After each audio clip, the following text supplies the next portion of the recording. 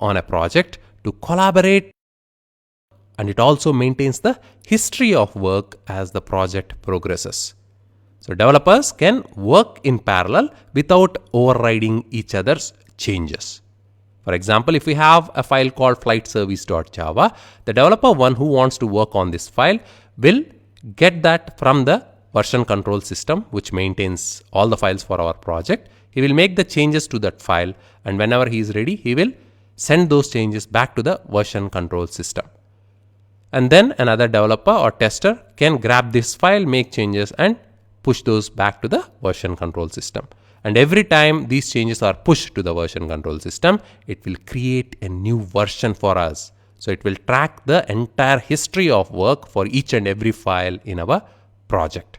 So if we want to go back to a certain version because we are having a problem with our current version, or if we have to fix a bug in the previous version, we can always go to that particular version of a file in our project. There are two types of version control systems. Traditionally, we had centralized version control systems, examples VCS, CVS, IBM's ClearCase. In this figure, what you see is a centralized version control system, wherein all the files of our project are maintained in only one central location.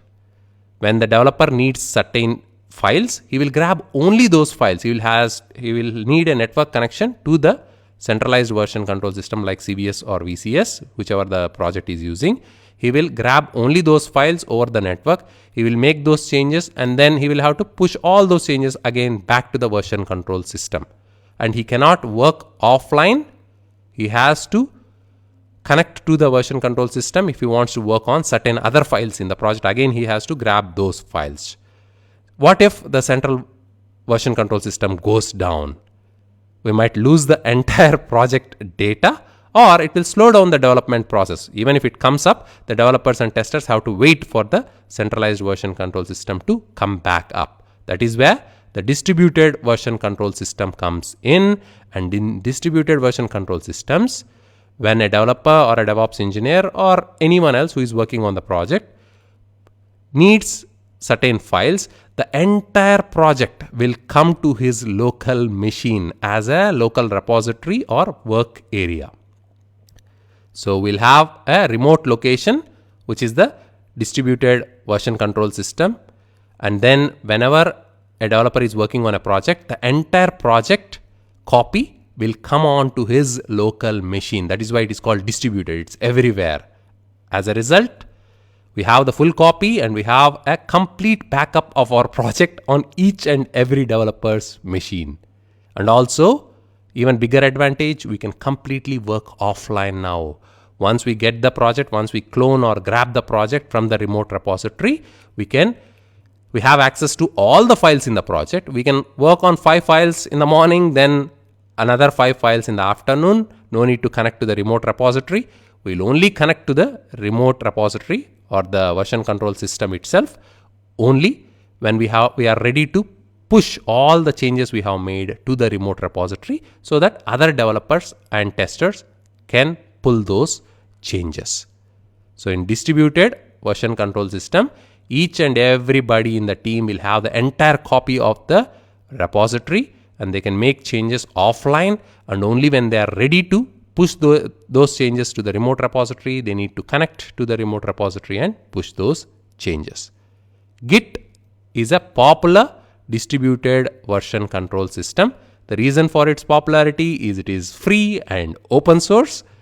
It is fast, very fast and lightweight. Fast because we have the entire project locally. We need not connect to the remote repository every time to grab few files we need. So we can do all the work locally and then push at the end of it when we are ready. It is very lightweight. When you pull or clone a repository later on, when you create a repository using Git on your machine, you will see that those repositories are very lightweight. Git uses compression techniques to make these repositories very lightweight because they will exist on all our machines, developers, DevOps, testers, etc.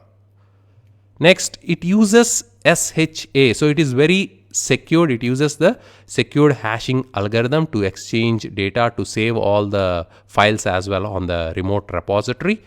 And then finally, branching in traditional or non-distributed version control systems, branching is very difficult or is a nightmare. But in case of Git, creating merging branches is very easy, as you will see hands-on when you work on them in the next few lectures. Because of these added advantages, Git is so popular in the development space or even in the DevOps space.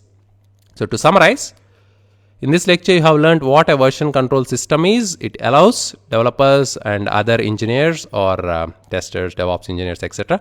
to collaborate their work without stepping on each other's toes. It also maintains the versions of each and every change that goes into the system. There are two types of version control systems, centralized and distributed. Centralized has issues like we can't work offline if the centralized version control system goes down, and we'll have to grab whatever files we want always by going to the centralized location. And if it is lost, we are gone.